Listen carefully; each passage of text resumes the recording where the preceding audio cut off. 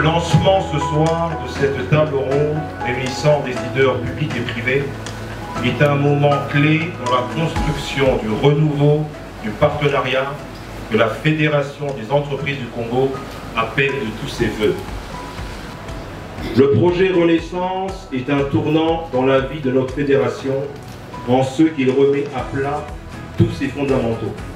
Nous avons ainsi prévu la tenue de 15 tables rondes, couvrant entre autres la politique fiscale, la protection de l'industrie locale, du financement des PME, de l'accès au marché public, tout comme à l'accès au marché privé, enfin de l'accompagnement dont ont besoin les petites et moyennes entreprises.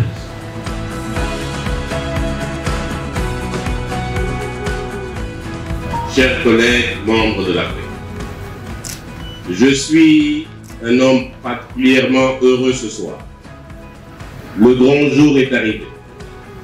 Le jour de la mise en route effective de mon vœu, pour ne pas dire de mon rêve de toujours, la reconnaissance du partenariat privilégié de l'État et du secteur privé pour le développement harmonieux de notre pays. Comme nous le savons déjà, le programme de développement durable à l'horizon 2030 et ses 17 ODD offrent à tous les acteurs et dans tout le pays une feuille de route visionnaire pour l'édification d'un monde de prospérité durable, d'inclusion sociale et d'égalité, tout en préservant notre planète et en ne laissant personne de côté. Au travers de ce projet, le PNUD en tant qu'agent intégriste pour les atteintes des ODD vise à promouvoir l'accroissement de la contribution du secteur privé congolais dans la réalisation des ODD. C'est la raison pour laquelle le PNUD travaillera toujours à vous fournir quelques pistes de réflexion sur le site de renforcer ce dialogue.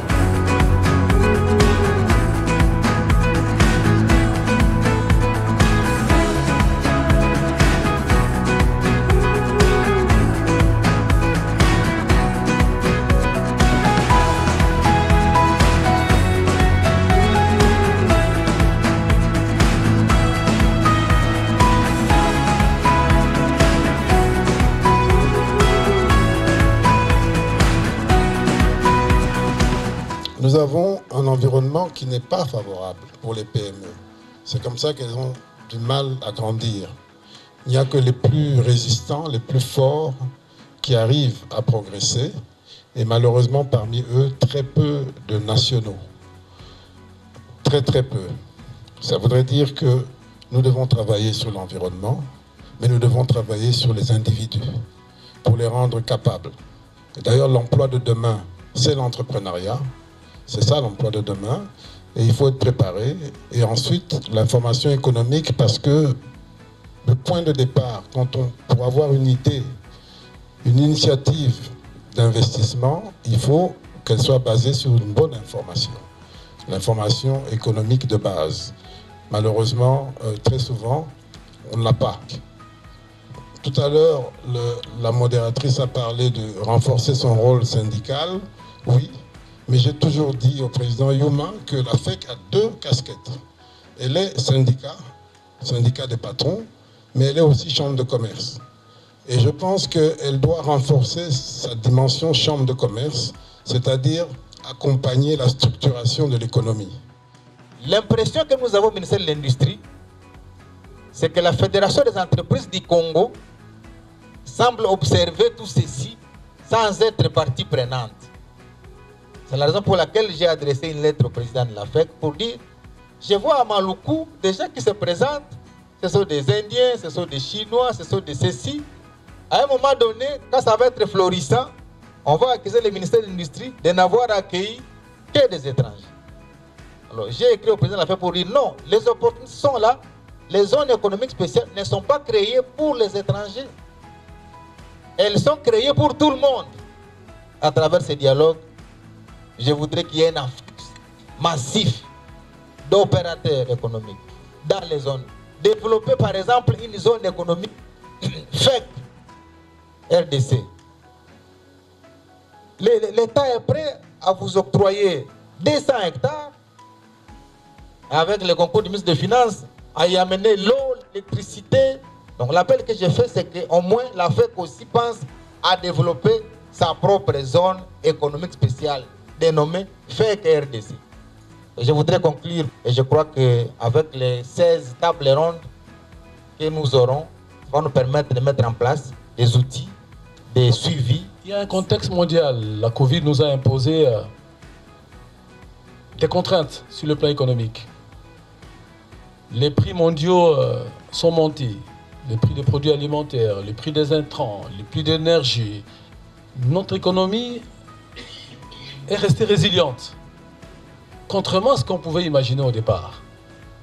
Ça veut dire qu'il y a une dynamique interne qui permet, lorsqu'elle est développée de manière sérieuse, elle permet de porter notre économie au niveau le plus élevé. Donc la perspective que nous a imposée la Covid-19 et la guerre russo-ukrainienne a relevé, a mis aussi en exergue, voulais-je dire, beaucoup d'opportunités de développement de nos petites et moyennes entreprises qui nous ont permis de résister, d'être résilients face à ces chocs exogènes.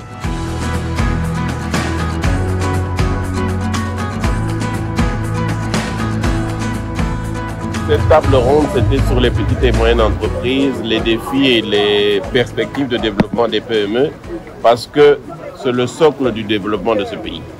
Mais le plus important que je retiens aujourd'hui, c'est cette volonté du gouvernement et du secteur privé de faire enfin qu'on soit ce qu'on a toujours voulu, des partenaires privilégiés pour le développement de ce pays. Il y a une complémentarité. C'est ensemble que nous allons développer ce pays, donner à notre économie les moyens de donner le bonheur à cette population.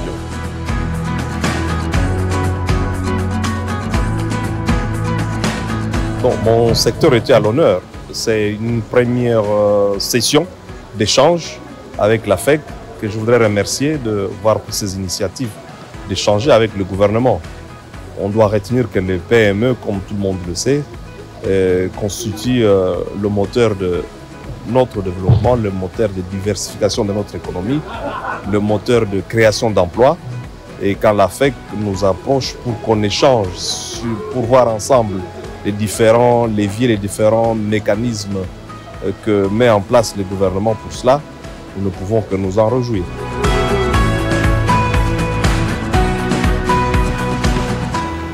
Nous pouvons retenir qu'il ne faut pas partir sur des a priori. Nous avons tendu la main au gouvernement et le gouvernement est venu avec ses deux mains pour nous soutenir. Quand on voit la participation qui a été celle de la réunion d'aujourd'hui, avoir 5 ministres et pas des moindres pour parler de la PME, entouré du ministre d'État, ministre des PME, ainsi que les membres de la présidence. Ce qui est important pour nous, pour ce qui concerne la PME, c'est de savoir qu'il y a des pistes qui sont ouvertes aujourd'hui clairement par le gouvernement pour que nous puissions aller dans un sens où il y aura une protection réelle de la PME. Et avec en plus l'adoption par le Parlement, la ratification par le Parlement de l'ordonnance loi sur la promotion de l'entrepreneuriat, donc des PME et des startups, ça nous donne encore beaucoup plus d'espoir. Donc on a discuté des 4 principales thématiques. La fiscalité des PME qui est difficile, l'accès au financement des PME qui est très compliqué, l'accès au marché public qui est une des priorités des PME et l'accompagnement institutionnel des petites et moyennes entreprises. On avait prévu 2h30, on a fait 4 heures et on n'a même pas encore fini les sujets.